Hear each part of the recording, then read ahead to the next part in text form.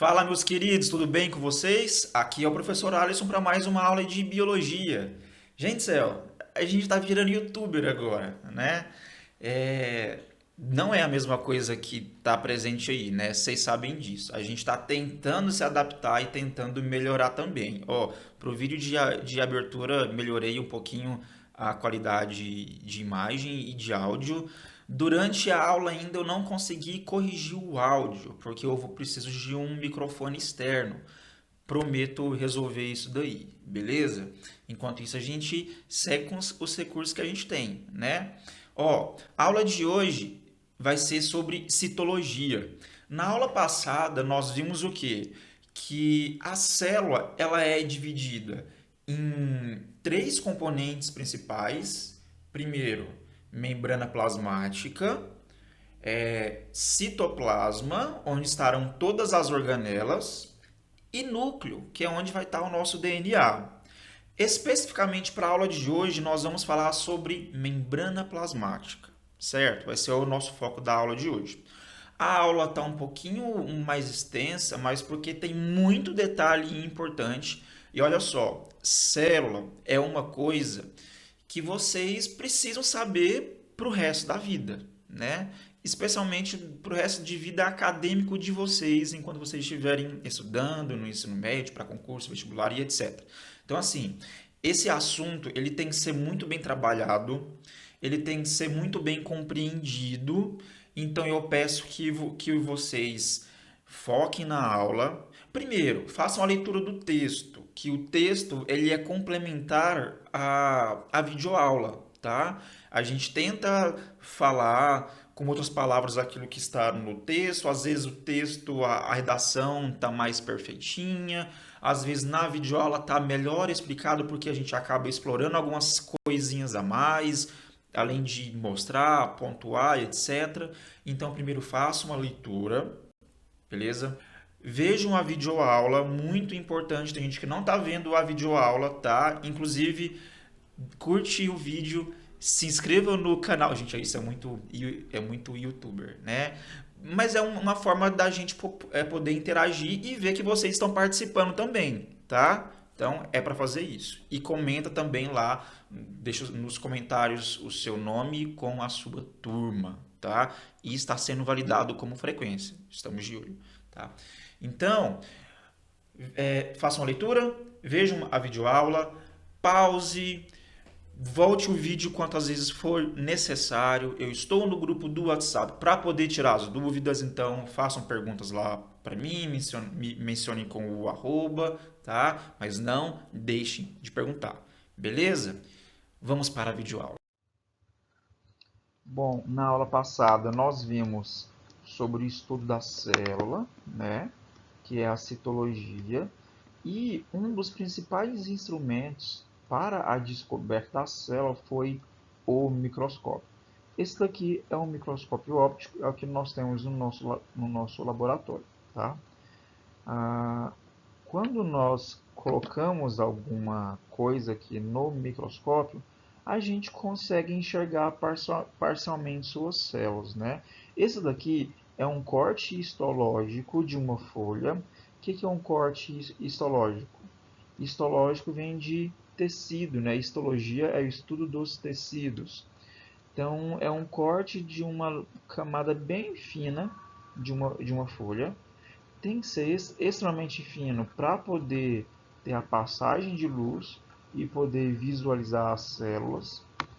E aqui nós temos então a estrutura da membrana de uma folha, tá? Essa aqui seria uma imagem de microscópio. Didaticamente, nós poderíamos representar essas células aqui dessa forma, né? Que nós temos uma epiderme, nós temos as células de parênquima, né? E o lacunoso, que é de preenchimento, né? Então, essas duas imagens seriam a mesma coisa. Só que nem sempre a gente consegue ter essa visualização bonitinha, não, né? Essa imagem aqui, por exemplo, ela é a imagem de cebola, que é o que nós possivelmente vamos trabalhar no próximo semestre, tá? Essas são células da pelezinha da cebola, da casca dela. Só que para a gente enxergar ela assim, ela teve que ser corada. Ela não é azulzinha, assim, sabe? E se não tivesse nada, ela estaria assim, sem cor, meio apagada. Então, é interessante quando nós formos trabalhar a célula, né, que elas estejam coradas para a gente conseguir evidenciar algumas estruturas celulares, tá? E para a gente conseguir enxergar melhor o que tem dentro, esse microscópio ele não é o suficiente. Nós teríamos que trabalhar com um microscópio eletrônico de varredura, que ele vai conseguir nos dar uma visualização em 3D de uma célula, tá? Só com esse aparelho aqui a gente consegue enxergar o que? A parede celular, aqui fundido também com a membrana que vai delimitar a célula e o núcleo, né? É a única coisa que a gente consegue ver. E aqui o restante, o citoplasma, certo? Então, para a gente conseguir enxergar as demais estruturas, teríamos que utilizar um microscópio eletrônico de varredura. E ele só foi desenvolvido lá na década de 80, né? Então, tem muito pouco tempo que as estruturas celulares elas foram estudadas de forma mais aprofundada, tá? Então, aqui nós temos duas imagens, né, de dois representantes de células, eucariontes, no caso, de uma célula animal e uma célula vegetal, onde nós conseguimos mostrar as organelas presentes dentro dela. No caso, isso daqui é uma representação em 3D. Claro que no microscópio certinho a gente não vai conseguir enxergar dessa forma. Então, nesse momento, nós vamos falar sobre cada estrutura celular, certo? Então, peguem aí o caderno de vocês, o lápis, caneta, e vamos começar a rascunhar as informações importantes sobre cada uma dessas estruturas celulares. Vamos começar falando pela membrana plasmática, né? Qual que é a função da membrana plasmática? Primeiro, definir os limites da célula, né? Ela que vai delimitar todo o seu conteúdo celular. Ela também garante a proteção, então, dessas estruturas, certo? Que seriam as organelas. Elas permitem que as diferenças entre o meio externo e o meio intracelular sejam mantidas. Então, ela vai controlar a parte externa com a da parte interna. Ela seleciona o que entra e o que sai da célula.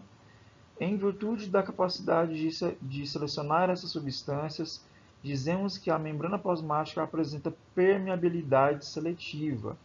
Então, por que nós falamos que ela tem uma permeabilidade seletiva, né?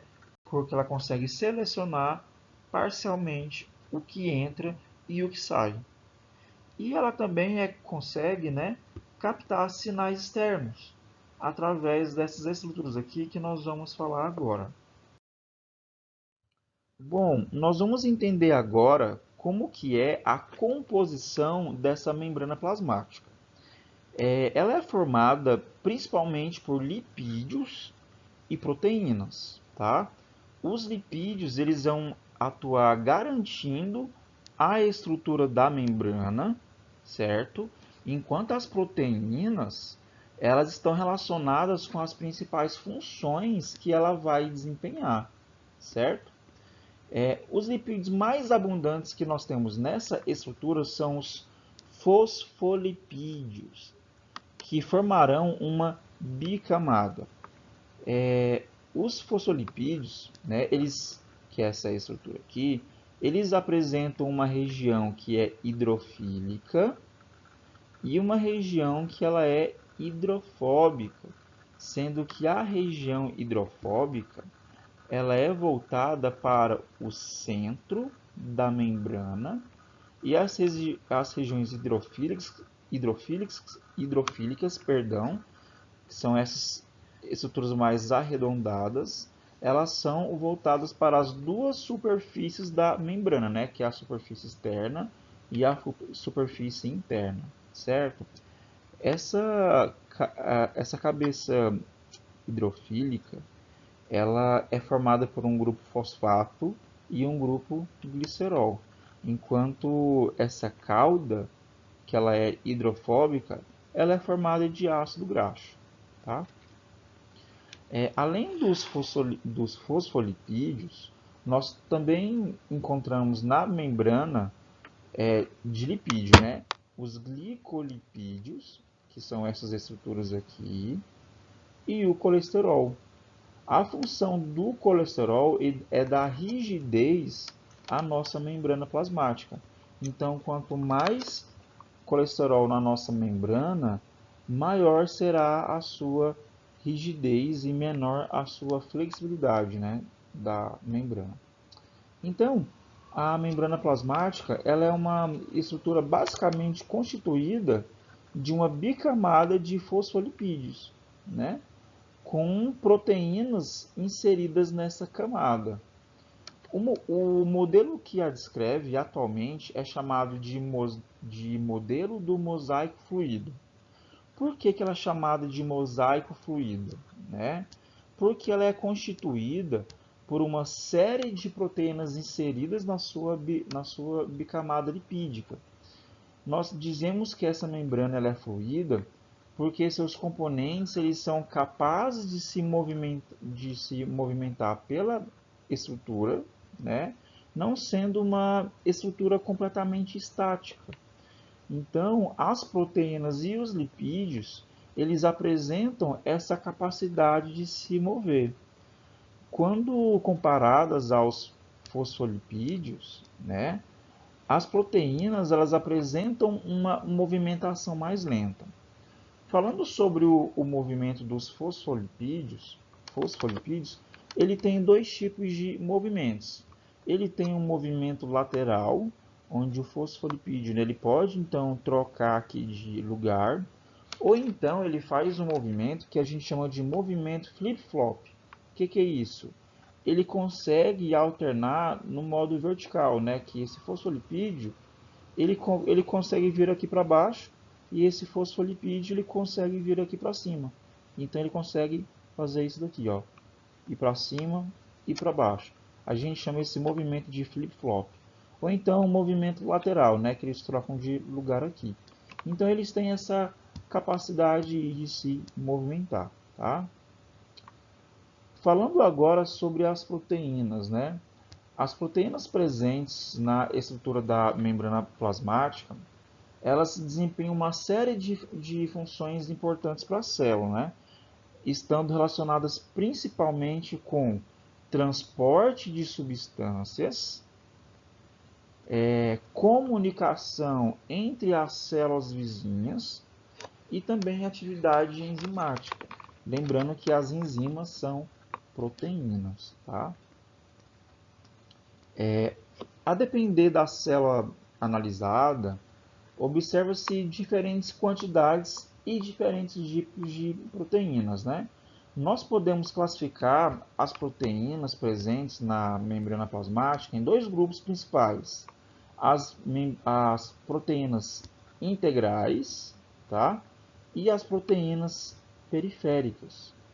As proteínas integrais, elas são aquelas que penetram a bicamada lipídica. Algumas atravessam completamente a membrana, que são as proteínas transmembranas, são essas aqui, tá? As proteínas periféricas são aquelas que não penetram a membrana plasmática e estão apenas conectadas a essa estrutura de forma mais fraca, perdão. Então, elas vão ajudar a dar essa rigidez para a membrana, certo? E também vão permitir a passagem de moléculas aqui, ok? Vamos falar agora sobre transporte celular. O transporte de substâncias, no geral, ele é feito através da membrana plasmática. Essa é a principal função dela, né? A função da membrana é permitir a entrada e saída de substâncias da célula. Sobre o transporte, nós temos o transporte passivo e o transporte ativo. De modo geral, nós temos o transporte passivo como aquele transporte que não tem gasto de energia. E ele é feito através de três formas: difusão simples, osmose e difusão facilitada. O processo de osmose é quando há o movimento de um solvente, que normalmente é a água, de um meio menos concentrado para o mais concentrado. E a difusão simples. Difusão, do modo geral, é o transporte de moléculas que são maiores, que não são solventes, são solutos. Na difusão simples, as moléculas vão se mover pela membrana, tá? Aqui, de um local com maior concentração para um local de menor concentração, certo? E a difusão facilitada, ela vai fazer esse processo, o mesmo processo que a difusão simples, só que por meio de uma molécula, de uma proteína aqui, então, que vai facilitar essa entrada, tá? Então, lembrando, esse processo não tem gasto de energia. Quando há gasto de energia, a gente chama de transporte ativo. Então, possui proteínas de transporte que elas só vão funcionar com a molécula de ATP, que vão mover moléculas de um meio menos concentrado para um mais concentrado, tá? Como é o caso da bomba de sódio e potássio. Vamos falar então mais aprofundadamente sobre cada tipo desses tipos de transporte.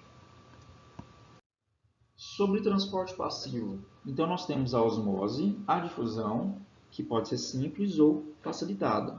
Gente, olha só, o processo de osmose, ele tem como finalidade igualar as concentrações entre uma solução hipotônica e outra hipertônica até que ele consiga atingir um equilíbrio, tá? Vou falar um pouquinho sobre solução hipotônica e hipertônica, mas prestem atenção no seguinte. Então, a osmose ela vai ser o transporte de solvente contra o gradiente de concentração através de membrana semipermeável e sem gasto de energia. O que é um solvente? Solvente é aquele que vai dissolver algum soluto. Normalmente, o solvente ele é a água. Gradiente de concentração. O gradiente de concentração, anotem aí, é a passagem de uma substância de um meio mais concentrado para o menos concentrado.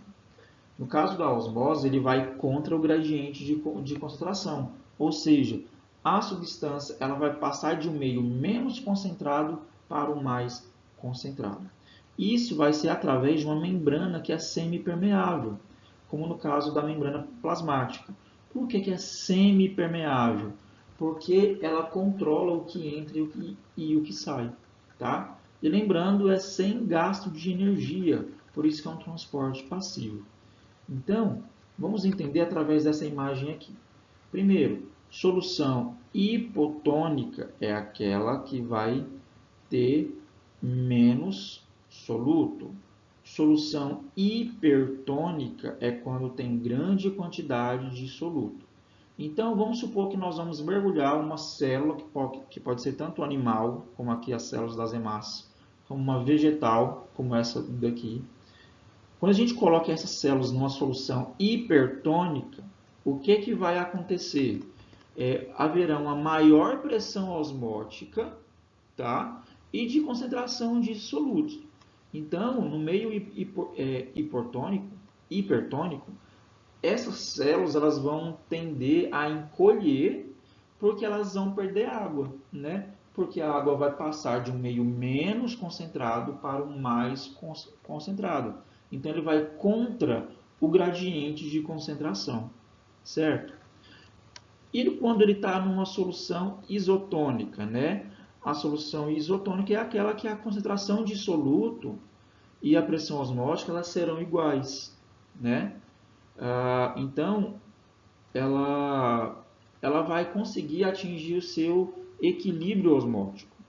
E quando nós colocamos essas células numa solução que é hipotônica, né? Essa solução hipotônica é aquela que vai apresentar menor pressão osmótica e de concentração de soluto. Então, uma célula, quando colocada nesse meio hipotônico, ela vai inchar, igual acontece aqui, até ela se romper. Por quê? Porque vai ter o movimento da água para dentro da célula. Então, ela pode se romper quando ela está no meio hipotônico. Ok? A difusão, de modo geral, é um movimento de moléculas, tá?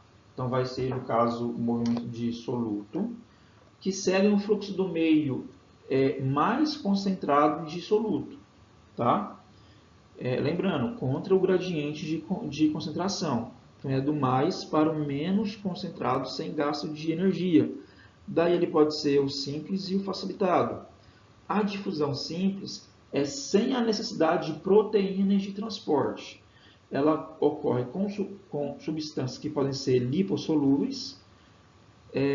Também ocorre por meio de proteínas de canais, como as aquaporinas. Olha essa imagem aqui, então. Nós temos, então, solutos que estão passando pela membrana plasmática sem a ajuda de alguma proteína de transporte. Então, a gente chama de difusão simples. E a difusão facilitada?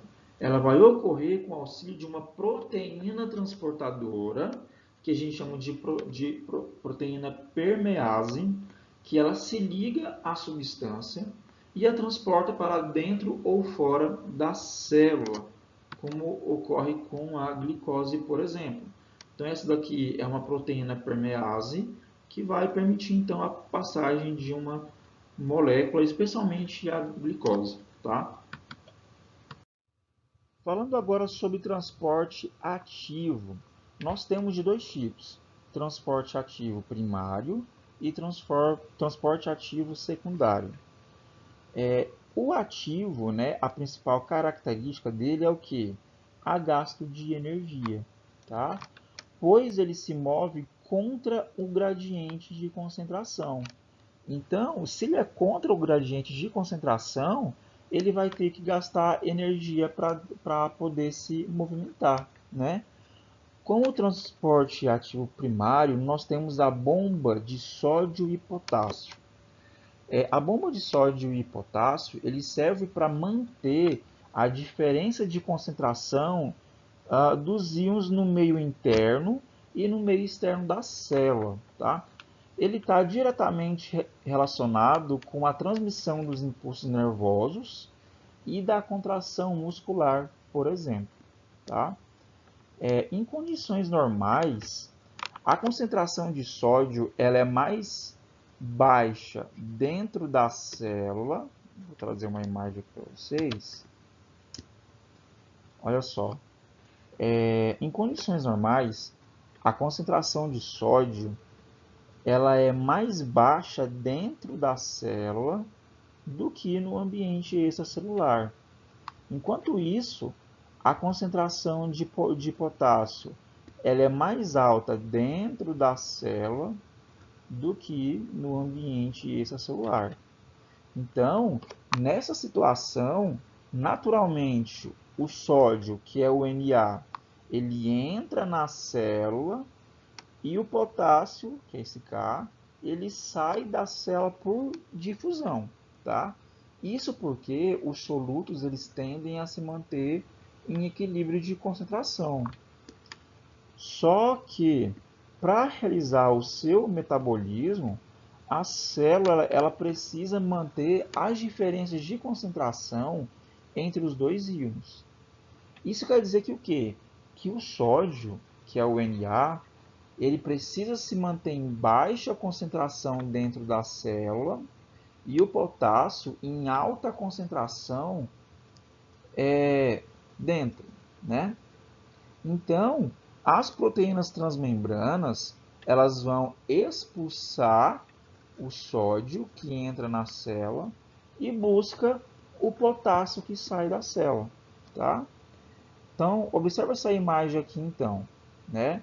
A cada acionamento da bomba, digamos assim, olha só, três íons de sódio vão se ligar a esses sítios específicos na proteína, certo? Esse ATP, que é a energia, ela também se liga à proteína aqui e ela vai se ligar à proteína e vai perder um radical fosfato. Olha só, ele perdeu um radical fosfato aqui, transformando em quê? Em ADP. Isso provoca a alteração da conformação da proteína que vai liberar os íons de sódio no meio extracelular. Então, liberou aqui, tá?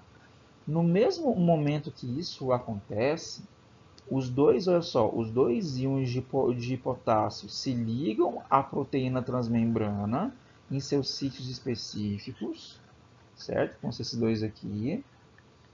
E o fosfato é liberado e a proteína ela retorna na sua configuração, na sua conformação original, liberando os íons de potássio no interior da célula, tá? Então, é isso que acontece na bomba de sódio e potássio. Resumindo aqui então, os três íons vão se ligar aqui no seu sítio, junto com a molécula de ATP. Ela vai então liberar esses íons para fora. Quando isso acontece, os íons de potássio vão se ligar aqui aos seus sítios, né? E vão entrar aqui para o interior da célula, fazendo então esse controle de íons na membrana, ok? Sobre transporte ativo secundário, então, o secundário ele não utiliza diretamente a energia metabólica do ATP e ele depende de proteínas transportadoras encontradas na membrana. Então, olha só, nós temos o transporte ativo primário porque vai ter o gasto direto de energia e secundário porque não vai usar diretamente, tá?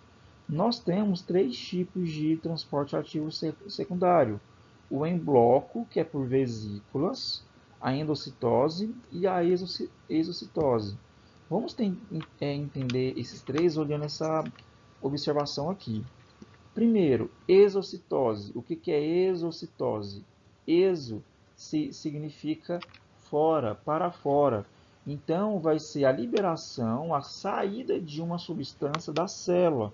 Então, aqui nós temos uma vesícula, né, que ela vai eliminar alguma substância aqui para fora, tá? E o contrário, nós temos a endocitose. Endo significa dentro. Então, é alguma substância que vai entrar para o meio interno da célula, né? Então, de forma geral, nós temos esse processo aqui, que é a entrada de alguma substância. Ainda, especificamente, nós temos a pinocitose e a fagocitose. A pinocitose é a entrada de substâncias em solução. Normalmente são substâncias líquidas, né? Mais quebradas, são moléculas menores. Então elas vão entrar e quando elas vão entrar, elas vão formar essas vesículas. E no caso da fagocitose, é a entrada de moléculas maiores, tá? De solutos. De que forma? A membrana plasmática, ela vai fazer essa projeção, certo? Ela vai se projetar formando o que a gente chama de pseudópodes. Pseudo significa falso, podes vem de pés, e aqui no caso pode ser pés ou braços, né? Então ele vai fazer essa projeção da membrana plasmática, ele vai meio que abraçar essas partículas e vai englobar elas. Então esse é o processo de fagocitose. Lembra muito o que o Pac-Man faz, né? Então esse é o processo de fagocitose, ok? Então, sobre membrana plasmática é isso. E na próxima aula nós vamos falar sobre as demais organelas, ok? Então eu vou deixar então para vocês alguns exercícios para vocês resolverem e qualquer dúvida vocês podem me perguntar lá no nosso grupo do WhatsApp, beleza? Então é isso, obrigado e valeu!